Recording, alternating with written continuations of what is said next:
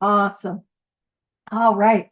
So, welcome. Where we're going to pick up is on page 20. And we're at the very, very first paragraph on page 20. And it was right after last week, we were drawing stars and unicorns and capybaras around that line. Our very lives as ex problem drinkers depend upon our constant thought of others and how we might help meet their needs. We're emphasizing and re emphasizing that. So, we're just going to pick up right after that. So, page 20, it says, you may already have asked yourself why it is that all of us became so very ill from drinking. So, is that my experience? Is my experience that once I start to drink, I drink myself into a place where I'm ill? It's my experience that I'm drinking or using or acting in whatever compulsive, addictive behavior brings you to the study, that I'm doing it to the point that I'm causing myself health problems, and yet I cannot stop. Is that my experience? It goes on to say, doubtless you are curious to discover how and why, in the face of expert opinion to the contrary, we have recovered. And if you're writing in your book, and I will say that's what the cool kids do, but you're all cool kids if we're hanging out on a Monday, you can underline the word recovered from a hopeless condition. Now make a note of hopeless, of mind and body. And so if you're new here today, if you're, like, what is alcoholism? Or what is addiction? Or what is the illness that this book is describing that we're going to apply to whatever brings us to this study? This is it.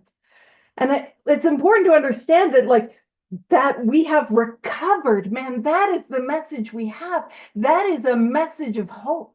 I have recovered. That's what we have. And for those that are new or haven't heard us talk about the word recovered, you might be like, girl, what do you mean recovered? I'm not cured. And recovered does not mean cured, but what recovered means is the mental obsession has been removed. The insane thought that I have to go back again and again and again to the first drink, the first drug, the first whatever it is, despite the fact that I know it's destroying my life, that mental obsession is gone. And it is gone as the result of the 12 steps, as the result of the course of action. That is what it means to be recovered. But it's important to know that is our solution. The spiritual awakening and the result of the spiritual awakening is the mental obsession is gone. But expert opinion is that people like us do not get well. The expert opinion of doctors is that people who have this illness die of this illness. It might take them a little while before they die, but I promise you, like, if I have this thing, I have a terminal illness, an illness that is fatal. And so expert opinion is that we do not survive, that this is hopeless. And we're always looking for the juxtaposition in this book of the hopeless to hope. And the more that I'm able to see the hopelessness of my predicament as an alcoholic or a drug addict, the more able I am to grab a hold of the hope that is on offer. And so we have recovered from a hopeless condition of mind and body. And when we are talking about that hopeless condition of mind, what we are talking about, and if you're writing in your book today, that's what the cool kids are doing, but no press. You can make a little note that that hopeless condition of mind is the mental obsession. That is the thought that I have when I am sober. In fact, when I am as sober as I am today, but my illness is untreated, that takes me back again and again and again to that first drink or first drug. It looks a little something like this time will be different. It looks a little something like nobody will ever know. It looks like I just got to get it out of my system. It looks like my problem was booze, but I can smoke crack like a lady. Some of y'all know I cannot do anything ladylike. So we weren't going to land that plane. It looks like, man, if you're feeling the way that I was feeling, you'd have to get loaded too. It looks like I'm going to kill myself anyway, so why don't I get high? Or why don't I get drunk? It looks like a thought that is on me all day. Take a drink, get high. Take a drink, get high. Or if it's something else that brings you to this study, place a bet. It's on me, it's on me, it's on me, it's on me, it's on me until I give in and I take that drink. but it also looks like I'm living my life and I have a thought that comes to mind and I almost don't know how it happened. I got a drink in hand, a pipe in my mouth. How did it happen? A case of the sunlight. Does that sound familiar? That is the mental obsession. And when it comes to that hopeless condition of body, if you're writing in your book today, you can make a little note that that is the physical allergy. So that's that thing that once I take that drink, or for somebody like me, I take that drug, or if what brings you to this study is something like gambling or compulsive eating, I take that first bite, I place that first bet, I text the ex, whatever it is, or I seek that control, it sets off that thing inside of me that says I need more. So I take that, I take that drink and I need more, and then I take another. And isn't it wild? I take that second and that more gets louder, and I take a third and that more gets louder. I take that fourth, that it gets louder. You see, I need that next drink far more than I needed that first. I often talk about it, how I take a drink and that drink demands a second, but the second insists on four, and my fourth drink will not relent until I've had eight. And my eighth drink is screaming at me until I have 16. And you see, that is the physical allergy. Now, if I have experience within my life with the physical allergy, or once I start, I cannot control the amount that I take every single time. Because if you're like me, you're looking for but that one time I had both my shoes and my pants were dry. It was fine. I assume that's what successful drinking looks like, like dry pants and two shoes. Never knew her. You know what I mean? Like, oh, that wasn't me. And I often reference being behind the dumpster quite a bit. So it gets brought up in casual conversation. I'm just living my life and they're like, oh, Paige I've been sober 15 years, but Paige behind the dumpster, like, girl. Uh, I'm fine with it, by the way. Feel free to make fun of me behind the dumpster. I'm so here for it. All right. But what makes my illness hopeless is that once I start, I can't control it. Because if you're like me, you're going to have that experience where I'm drinking beyond lines in the sand I said I would never cross. I'm using and I'm doing things I said I would never do. You know what I mean? My life is becoming one that is unrecognizable to somebody like me. And I know beyond a shadow of a doubt, I cannot ever do it again. And yet, I have that thought, that mental obsession. So it's the allergy and the obsession. So when I've said, no, never going to do it again, I have a thought that brings me back again and again and again to the first one, even though I know it is destroying my life. And that is what makes this illness hopeless. But the hope is that we do recover. And how we recover is we work these 12 steps as a way of life, like our life depends on it, because it does. And the 12 steps take me to a spiritual awakening and that place where I live my life, where I am recovered. Now, it's not a set it and forget it deal. I don't get to just do it for 90 days, 30 days, and then be like, oh, I'm good. This is how I live my life. So it goes on to say, if you are an alcoholic who wants to get over it, which fair enough. If you don't want to, the most incredible thing is like, nobody's going to make you. Nobody can make you. If you don't want to do it, okay. But if you are, even a little bit, if you have something in you that's like, at least I don't want to live the way that I'm living anymore. So if you're an alcoholic who wants to get over it, you may already be asking, what do I have to do? That is what is important. Do. What are the actions I have to take? Which is rude, because we got a chapter around the corner. It's a couple chapters, but it's going to be called Into Action, which is like rude, not into like talking about it or really thinking about it or hyper obsessing about it. No, into action. Like I got to do some stuff. Lame. But here it says, it is the purpose of this book to answer such questions specifically. So the purpose, this is important, the purpose of this book, which is also the purpose of why we are studying this book and going through this book line by line, is to specifically answer the question, what do I have to do? What are the actions that I have to take to recover, to get myself out of that hopeless condition? What do I got to do? And I love this. It says, we shall tell you what we have done. And this is a book of experience. This isn't a book that was like written by some hoity-toity fancy pants people. It was people who had wet pants just like me.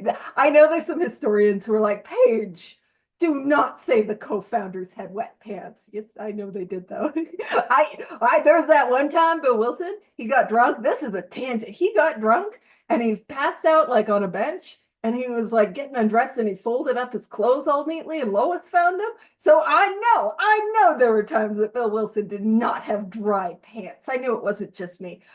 Sorry, some people are like, Paige, don't say that about William G. Wilson, our intrepid co-founder. Yeah, he's a piss pants drunk just like me. Alrighty. Uh, so we shall tell you what we have done.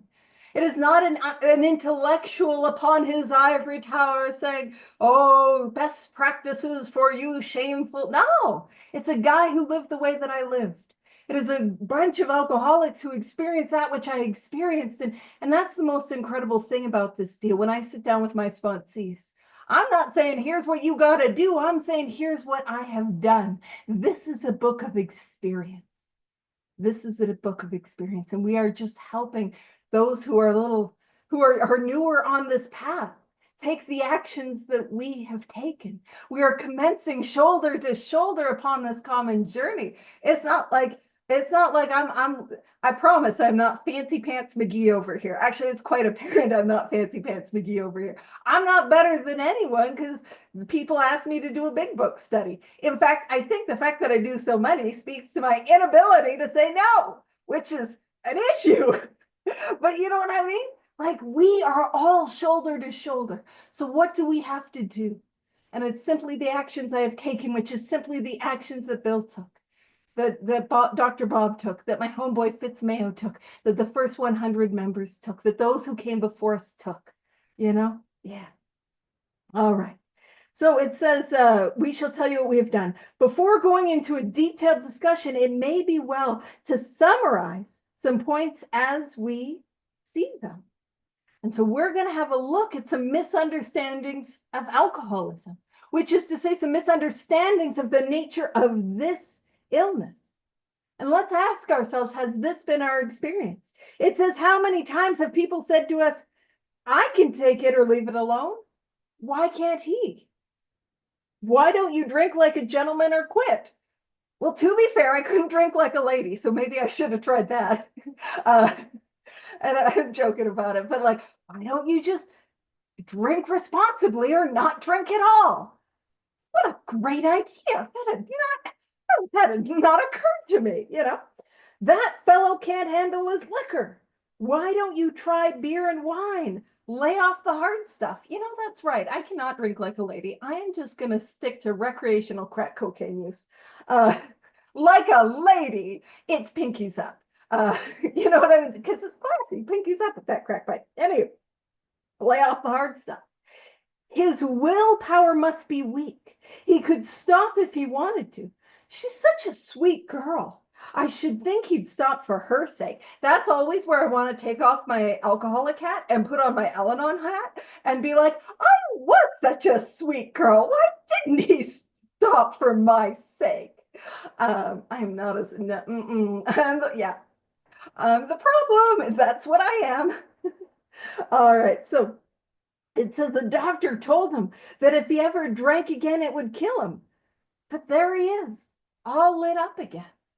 That says, now these are common observations on drinkers, which we hear all the time. Back of them is a world of ignorance and misunderstanding.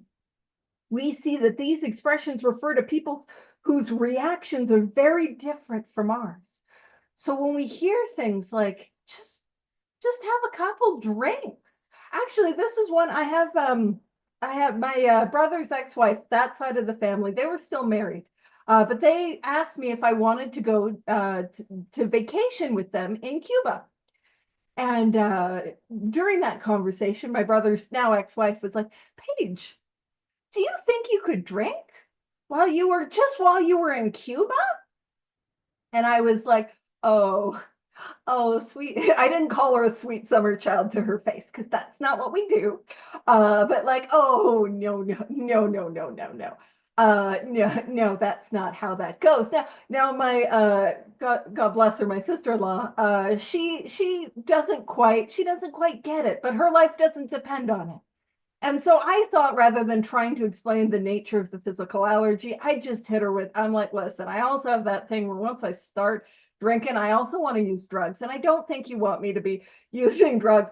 And then, God bless her, do you know what she said? She's like, no, Paige, there's no drugs in Cuba. So, right, right. And so I just resigned from the debating society. And I was like, I just don't think that's an experience that I'm capable of having.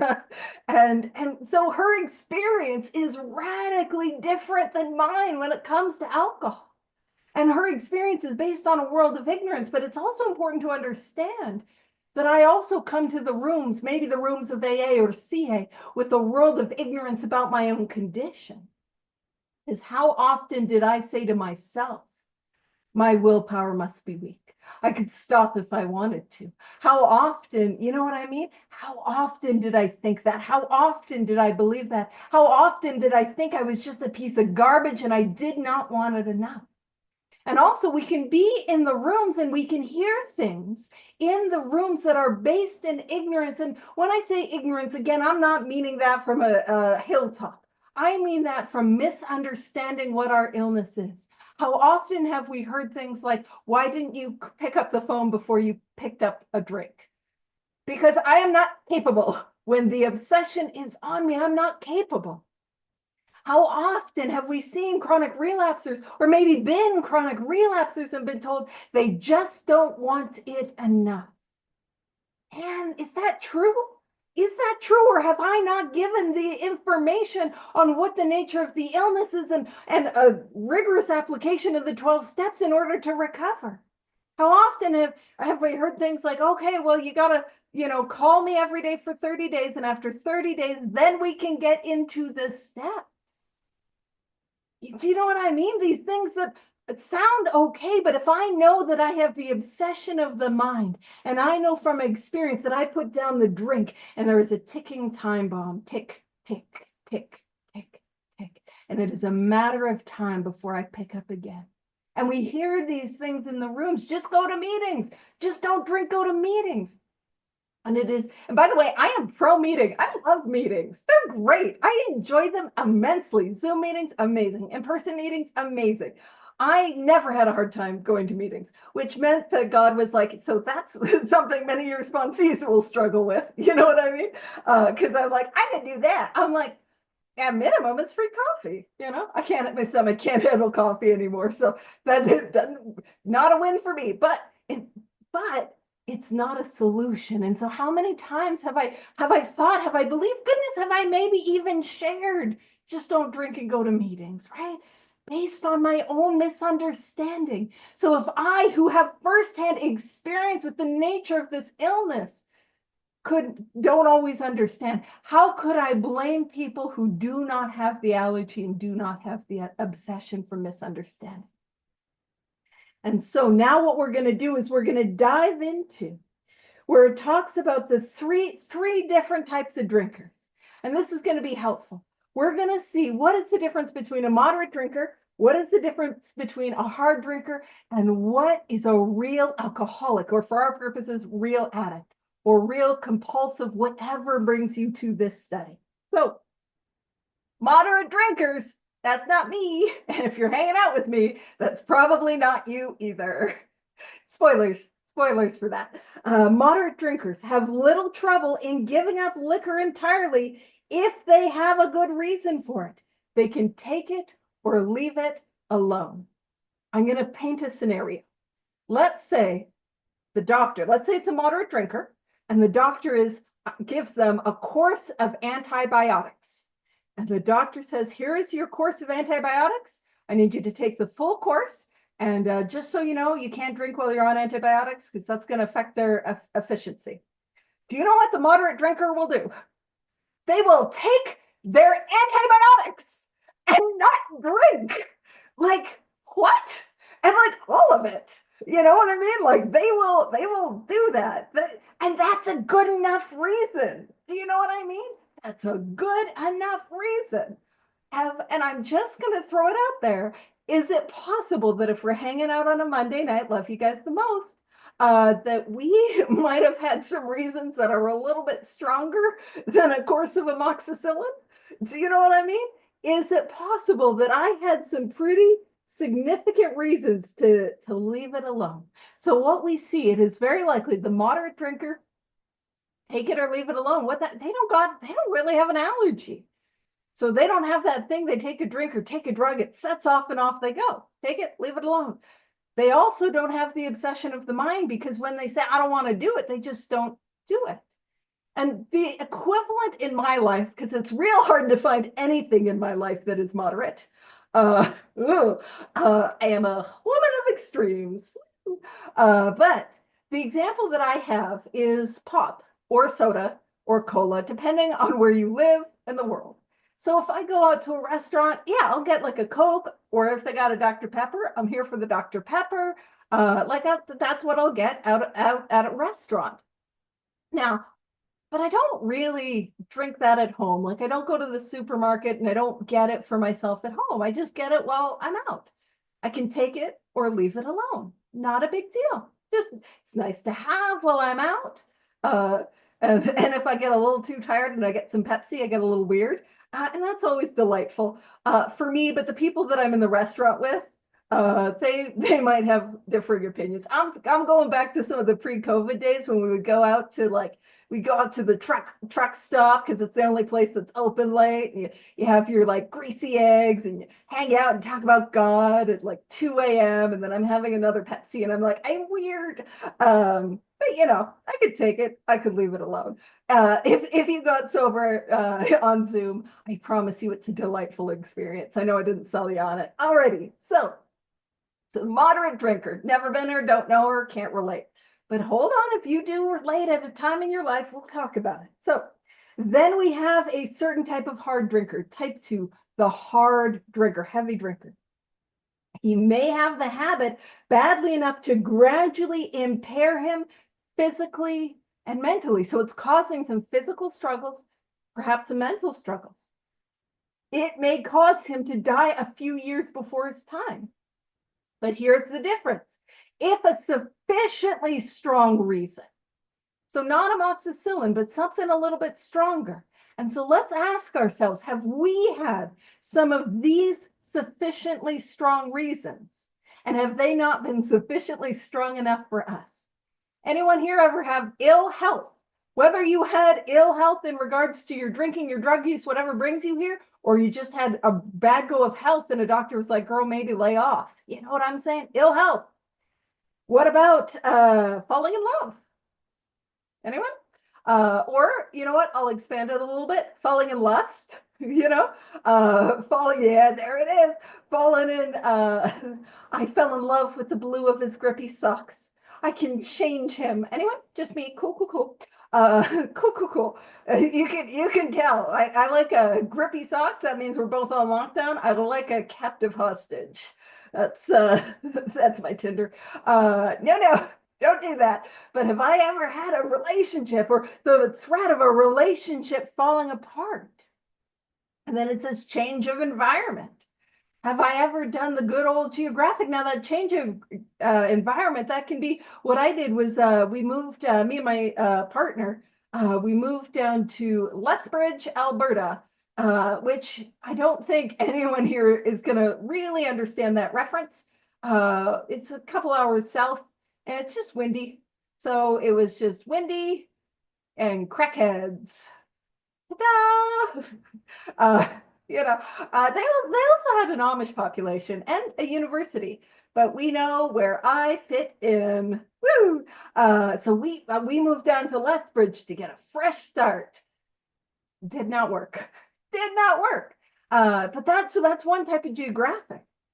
But that change of environment could be changing my home environment, my job environment, my friends' environment. Have we ever had that change of environment trying to get a fresh start? And it says, or the warning of a doctor. Have I ever had a doctor tell me, hey, you can't do this anymore? Have we ever had threats? Have we ever had where, like, we have put our lives in danger, coming to at an emergency room, overdosing, being resuscitated? Have I had any of those experiences? Because if you're hanging out with me, chances are you have, and chances are those have not worked. They have not worked. So I just want to contextualize it. For non-alcoholic people, that would be a sufficiently strong reason. But it's not for us. So it goes on to say, if warning of a doctor becomes operative, this man can also stop or moderate. So they can exhibit some control over the mental obsession. They don't have it. They can say, all right, I don't want to do it anymore. That has an effect. Or moderate. So there are some that might not even have the physical allergy. They're able to be like, you know what, things are getting out of hand. I got a good enough reason. I will drink like a lady. And it says, although he may find it difficult and troublesome, and may even need medical attention. And so a beautiful example of what a hard drinker can look like, or hard user can look like, are the people that go to rehab. And then they get out of rehab, and then they're great. They're good. They're just great. They're having a good time. They got that. I don't know what types of rehabs there are all places in the world, but they got to do maybe some family therapy. Maybe they did some inner child work. I'm not being derogatory. Maybe they did some trauma work. Maybe they did a list of their triggers and they're like, I'm gonna avoid those. And maybe there was a pool. Maybe it was one of those really fancy ones where there's like acupuncture and stuff. The hoity-toity ones. And they get out, and that was enough. Anyone here ever go to rehab? Anyone here? Yeah. Anyone here ever leave rehab and leave rehab before you finish? Yeah. Anyone here ever successfully complete that program and get drunk almost immediately? Anyone, you guys know what's up. Anyone here ever leave rehab and maybe it took a little while, but there was an erosion, and then we drank or used or whatever. Now, full transparency, if you're like me, you're listening on the call page, I didn't go to rehab. I didn't either. Got kicked out. Yeah. If you were escorted out of the facility, yeah. Absolutely. I didn't go to rehab, but did I have sufficiently strong reasons? And also, was my sufficiently strong reason that thing that happened the morning after? When I came to and I hated myself in that quiet moment where I could see myself for who I really was, and I didn't want to look, and I didn't want to be doing it again. And I would say, that's it, I'm not going to do it again. Does that sound like a sufficiently strong reason? And wouldn't you know it, I did it again. So what about the real alcoholic? So this, yeah, you guys and me, that's all of us. Heckin' rad, yeah. Because the truth is, like, you gotta be pretty hopeless. I was talking about this before the meeting. I was teasing Paul. I'm like, you gotta be pretty hopeless to ask me for help. You know what I'm saying? If you had any other option, you wouldn't be hanging out with me on a Monday. I'm glad you're here and I love you. But like, yeah, you'd be out doing that. So what about the real alcoholic? Rock and roll, that's us. He may start off as a moderate drinker. So if you're here today, Paige, I don't know if I'm an alcoholic. There was a time in my life where I was able to do it responsibly. You might have started off as a moderate drinker. He may or may not become a continuous hard drinker. Maybe you had some periods where you were able to have some sobriety, or you're able to kind of hold it together. But at some stage of his drinking career, so is our current experience, that he begins to lose all control of his liquor consumption once he starts to drink. And what we're talking about is the physical allergy. So is my current experience that I take a drink, or I take a drug, or I take that first compulsive bite, or I take place that first bet, or I, get on that dating app, whatever it is, I can't control it, and I need more, and I need more, and I need more. Is that my current experience? You see, I remember one time I was working with a sponsee, and we were talking about this point, and it was funny because we diagnosed her. because she's like, yeah, Paige, I really think I went through that progression. And I'm sharing this because it's, you guys will see why it's funny. So we diagnosed that at the age of 9, she was a moderate drinker. And from the, yeah. And if on the outside, we can see the absurdity of that. Yes, a 9-year-old moderate drinker. And some of us are like, Paige, I still don't get the issue. Fair.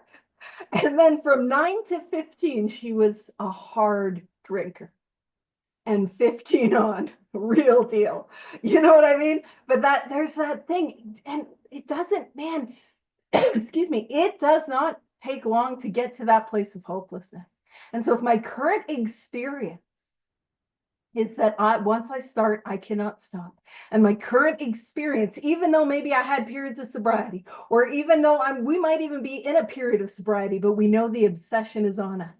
Do you know what I mean? If we're here today and we know what it's like, once I start, I lose all control. Boom, that's a sign that we are the real deal, the real alcoholic. Now it goes on to say, here is the fellow who has been puzzling you, especially in his lack of control. He does absurd, incredible, and I will point out incredible like the Hulk, like the Incredible Hulk, not incredible, yeah, like smash, not incredible like, hi, I finished my dissertation for my doctorate degree and I've won a Nobel Prize. No, incredible like, it is incredible that you broke the coffee table. It is incredible that you smashed up the car. That incredible, tragic things while drinking. Is that my experience? That once I start, where it takes me, where I end up, the things that I do, man, it is not who I am, not who I want to be. And if you're like me, best case scenario, wet pants and mission shoes. You know, or not. Maybe that same sponsor, he was like, no, I don't relate to the wet pants. I'm like, liar. That's not true. But okay, tell yourself, what's it like to have that bladder control? All right. So it says he is a real Dr. Jekyll and Mr. Hyde. And Dr. Jekyll, Mr. Hyde was written by a Scottish author by the name of Robert Louis Stevenson. And whenever I say his name, I always want to throw doctor in front of it. He's not a doctor, but I think we should be going for that honorary doctorate for that guy, just because it'll help my brain. That selfishness and self-centeredness, just for me. But he was the Scottish author, and he wrote this story, Dr. Jekyll and Mr. Hyde. And if you're not familiar with it, now keep in mind, if you're hyper familiar with it, if you're like, yes, I know this book intimately well. My knowledge of this book, I was a 90s kid, and I grew up in Canada, and there was this show, and some of you, if you're around my age, you might know it. It's called Wishbone, and it was a Jack Russell Terrier that taught English, and my Scottish sponsees are like, he was Scottish, not English, but it taught English literature. Dressed up in little things. No, so that is my knowledge of Dr. Jekyll, Mr. Hyde, is a Jack Russell Terrier that taught me that in like 98. So if you're like, actually, Paige, fair enough. But the story of Dr. Jekyll, Mr. Hyde is a beautiful allegory for alcoholism. Because Dr. Jekyll, in the story, he was this scientist. And what happened was he created this potion.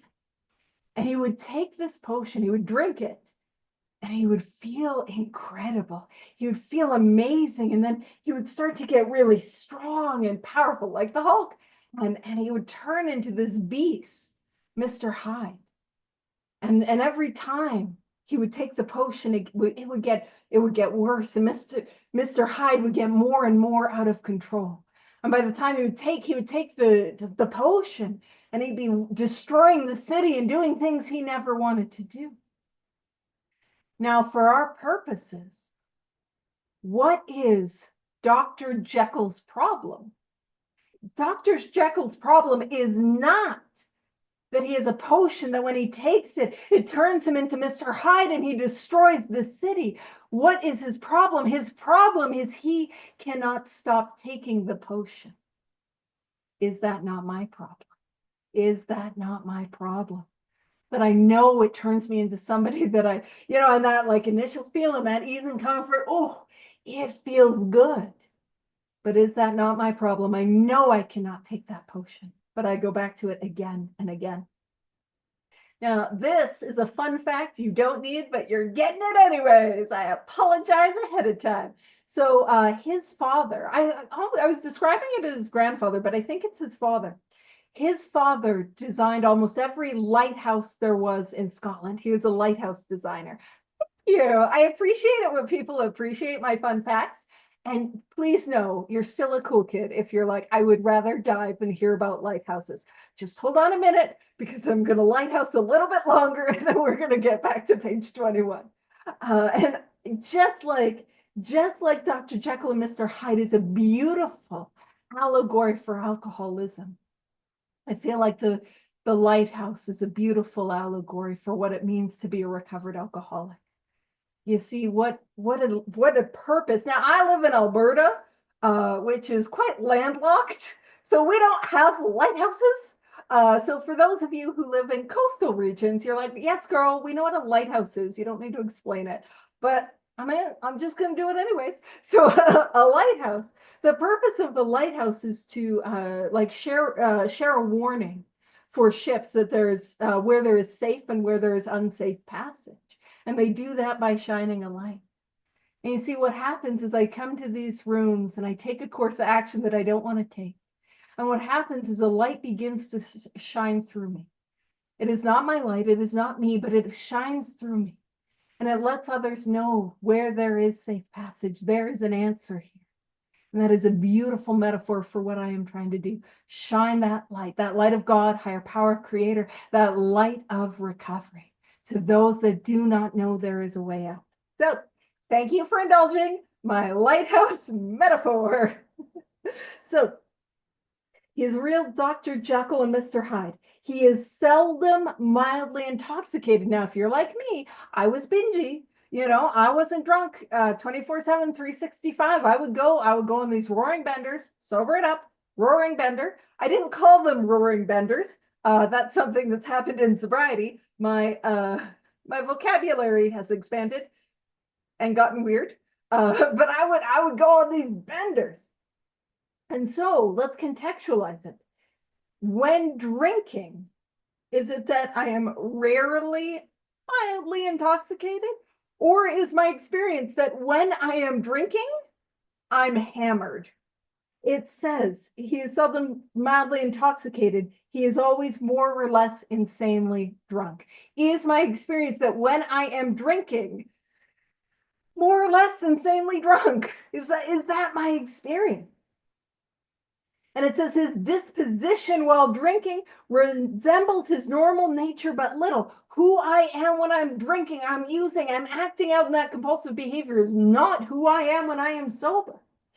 It says he may be one of the finest fellows in the world, yet let him drink for a day, and he frequently becomes disgustingly, even dangerously antisocial. And I remember at the start of COVID, I was hopping in and I was doing it was a meeting that was first half big book study, second half shares back. And as I was facilitating, I got to this point and I was like, a memory came, which is amazing because I have done some damage to that part of my brain. And I'm like, oh, a memory. And I remembered this time, just the one, because I'm a lady, where I was disgustingly antisocial. And I'm like, I'm going to share it with this group of drunks. And so I was talking about this time that I went to the liquor store. And I purchased a bottle of Axe Head. And if you don't know what Axe Head is, think Colt 45. It's like a 2-liter bottle of malt liquor. Like a lady. Some of you guys are like, oh yeah, she's a classy drunk. I am not. And so I did the thing that one does, which is to sit in the parking lot and drink that like a lady. Now, some of you are with me. Some of you guys know what's up. Here's where I might start losing you. And then this is the order, bottle drained. And then I'm like, you know what I would like to do right now? I'm going to lose some of you and I'm so sorry. I would like to self-harm. And so I put the bag in the bottle in the bag and I was breaking it to get glass to cut myself with. And then the liquor store owner came out and was like yelling at me, and I was like, "What's his problem?" I get it. I get his problem. I see it now. Now I want you to know that I was in that meeting, and there was not a single nod of recollection. You know it's bad when the drunks are like, and instead the drunks are like, "Oh," and I'm like, "Yeah, no, I mean, I read about that in a book. Ooh. Now that was me, disgustingly and even dangerously antisocial. Woo! And then let's see if this is our experience. He is a positive genius for getting tight at exactly the wrong moment, particularly when some important decision must be made or engagement kept. Is it that thing that I relapse right before court? Relapse. Oh man, I had the one time I had this job interview. I think God has got it because I'm pretty sure looking back, I'm like, I think that was a multi-level marketing pyramid scheme. But I it was like a day or two, yeah, at least a day before. And I went to the liquor store with my boyfriend, because I'm a good supportive girlfriend, but I'm not drinking because I got this job interview around the corner, and he got his and it was Axe Head, so classy, and we were drinking around the corner from the liquor store, and he's drinking, and it was just a really hot day, 30 degrees Celsius. Ooh, I'm just a little thirsty, That's that I just need a drink. Not I will get my ass up and go get some water or something. No, I'm just so I have a sip, and wouldn't you know, it didn't quite quench my thirst.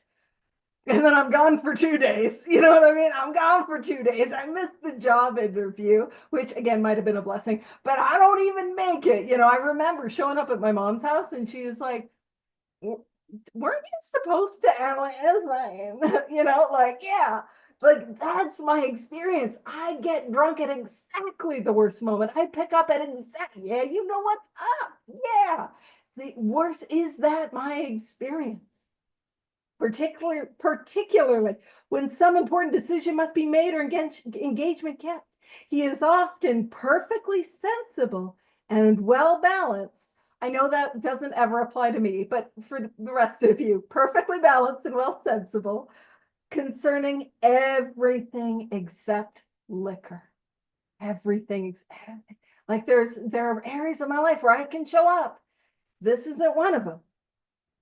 And it says, but in that respect, he's incredibly dishonest and selfish. Now, there's something about my brain where I am like super honest. When it comes to drinking, when it comes to drug use, I'm going to hide it. I'm going to lie about it. I'm going to step on toes. I'm going to step over my fellows just to get it. You know what I'm saying?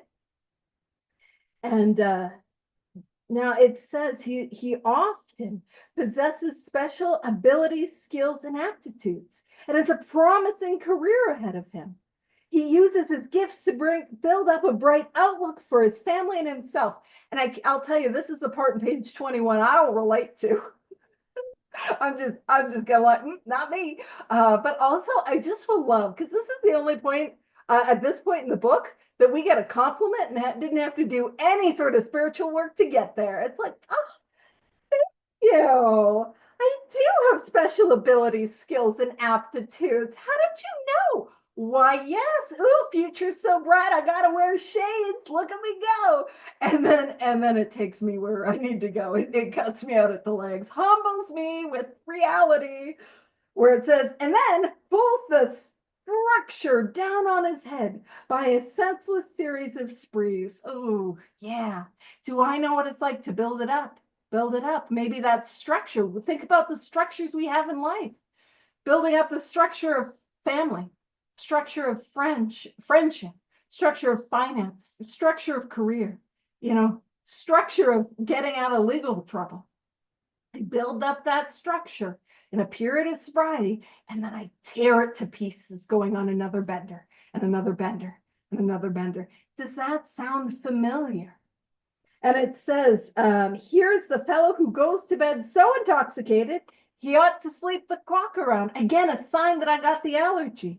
Yet early the next morning, He searches madly for the bottle he misplaced the night before. If he can afford it, he may have liquor concealed all over his house to be certain no one gets his entire supply away from him to throw down the waste pipe.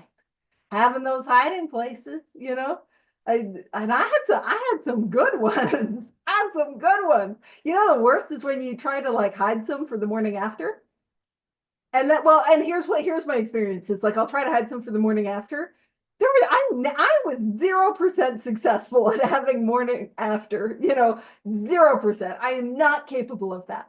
And I think the only time there could have been an exception to that, and let me know if you've done this, where you hit it on yourself, but then you hit it so good you couldn't find it. Yeah, if you've ever done, yeah, you know what's up. I don't know where it went.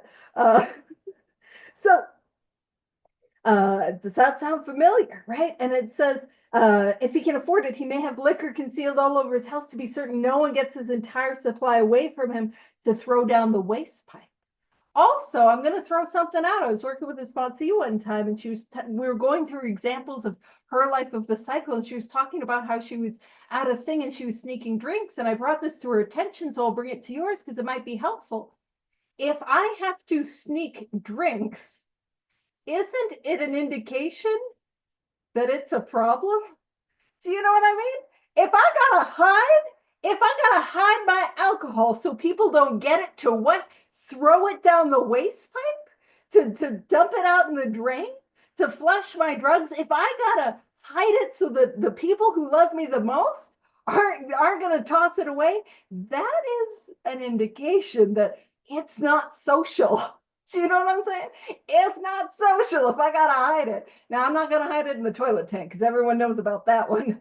I remember one time my mom, she had won like a bottle of wine from something, and it was very sweet because it didn't fit in the toilet tank, so she put it like behind the toilet, like in eyes I could see it. Now I've been sober for years at this point, and I was like, why does she have a bottle of wine behind the toilet?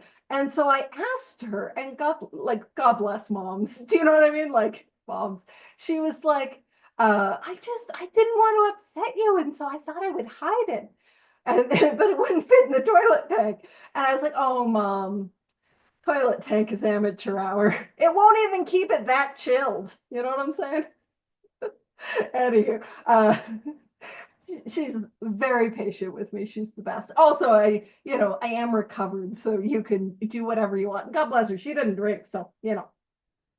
So as matters grow worse, he begins to use a combination of high-powered sedative and liquor to quiet his nerves so he can get to work.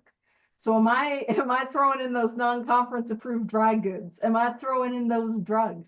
Am I starting to come up with concoctions of things so that I can show up? Am I smoking crack and then I'm drinking so I can level it off, and then I get a little too drunk and I'm doing, am I doing that? Am I finding myself being prescribed medications, and then am I finding myself abusing those medications that I was being prescribed that were supposed to help me get off the stuff? Is that my experience? It's mine. There's a bar in Calgary, and once a month you could show up at the Regis. And this is one of those things. If I mentioned the Cecil or the Regis or the Shamrock, and some of you are like, I don't live there, but I feel like we have a Cecil. And it just, you don't go to a Cecil and expect some like fine dining and classy establishment. It's like, yeah, somebody could get stamped. That's what it was like. So there's one day a month, I think it was a Monday, and you go to the Regis and you could buy pills. It was pill day because everyone was selling their pills. You know what I mean? If I am purchasing the pills that I was supposed to be prescribed from doctor shopping, do you know what I'm saying? You don't have to admit to anything, but if it sounds familiar, all I'm saying, we are hanging out in the right place. All right. And it says, then comes the day he simply cannot make it and gets drunk all over again. Perhaps he goes to the doctor, gives him morphine or some sedative with which to taper off. Then he begins to appear at hospitals and sanitariums, detoxes, rehabs, treatment centers, psychologists, psychiatrists, inpatient facilities. In the States, they're called IOPs, so the intensive outpatients. in Canada, I don't think we just call it outpatient. We don't add the extra I. I don't know, Canadian sensibilities. It's like it's not that intensive. It's just an OP. We don't need an I. Uh, but I start seeking help for these things. I start finding myself institutionalized for these things, and it's not working. So it says this is by no means a comprehensive picture of the true alcoholic, as our behavior patterns vary, but this description should identify him roughly. Do y'all feel roughly identified? You know what I mean? Are you feeling? My hope is you're feeling a little called out, a little like, oh, you yoinked my covers, yeah. And you'll notice something too, page 21, page 22, what we see is a progression. We see the surefire nature. I can't control the amount that I take, but then it goes and we see the consequences piling up, piling up, piling up until we're doing a whole concoction of things and trying all these things to manage, and it does not work. Do we feel as though we are roughly identified? So it says, why does he behave like this? If hundreds of experiences, this is our experience, have shown him that one drink means another debacle with all its attendant suffering and humiliation, why is it he takes that one drink?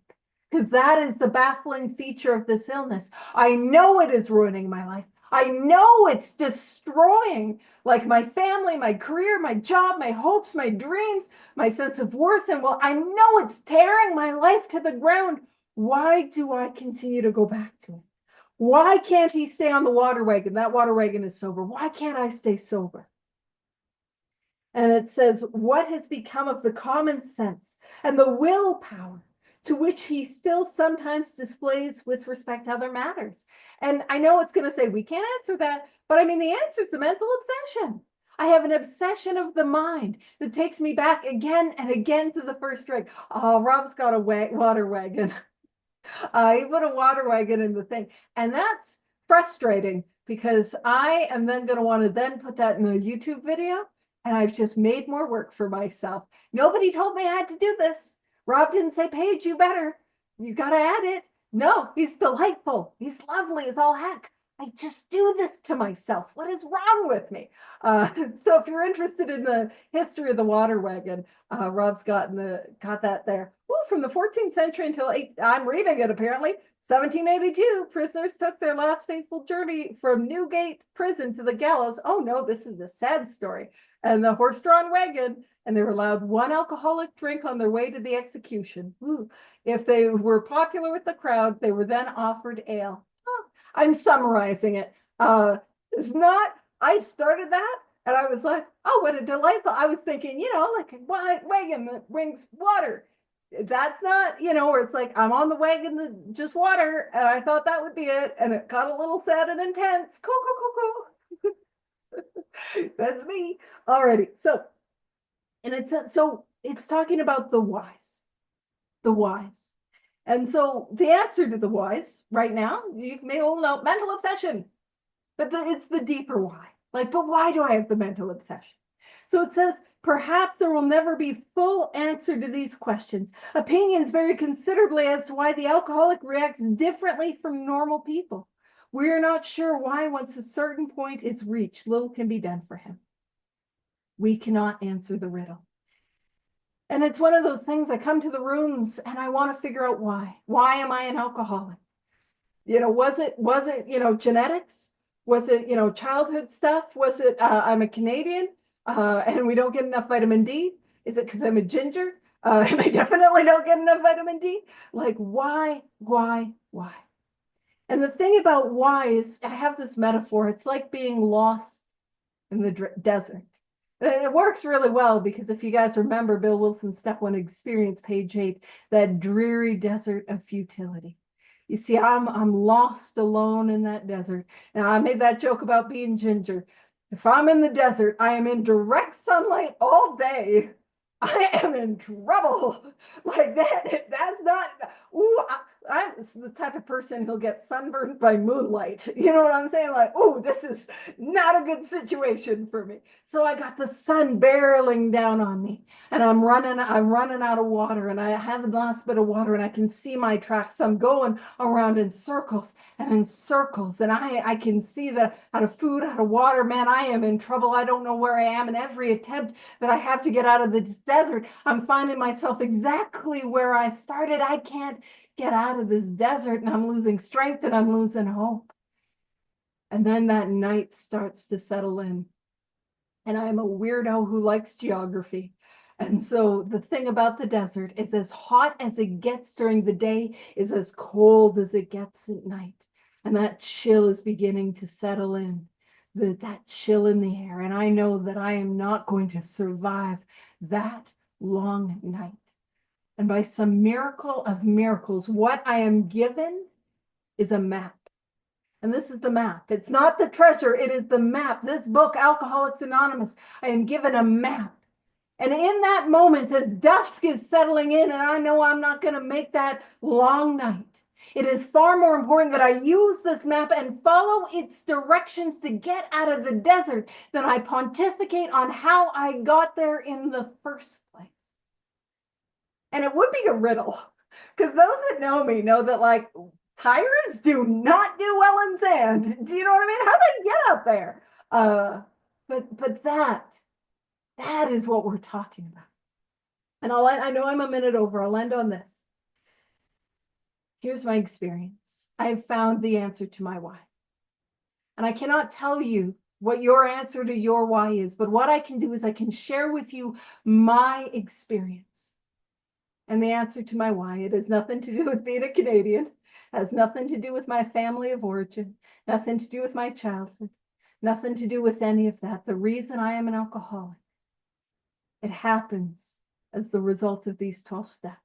You see, what happens is I take some inventory, and I have a look at some of that stuff that I thought was the reason why, and I begin to get some freedom from it, and I share that stuff with God and another person, and I begin to feel that I'm not so alone. And then what happens is I spent that quiet hour 6 and 7, and some of that shame begins to fall for me, and I go out and I make amends for some of the harms that I have caused, and I start to feel a different way about myself, and I start to see the world in a different way. But you see, the answer to why I am an alcoholic is answered the moment I sit down with another alcoholic. The reason why I am an addict happens when I sit down with another addict, and I can say, yes, me too. I drank that way. I used that way. My pants were never dry. I know what it's like to go through that. Yes, that thing happened to me too. Yes, I did that thing. That is the answer to my why. I am an alcoholic. I am a drug addict. I am codependent. And I'm a whole lot of other things. And the reason why is because God gets to use somebody like me to help people just like me. And man, that why gets answered. That moment you see that light come on in their eyes, that hope that is not their own. They get to be that lighthouse in the lives of others. That is the reason why. So if you're here today and you're still, struggling with why, what I want you to know is, like, please let us help you have the experience that we've had.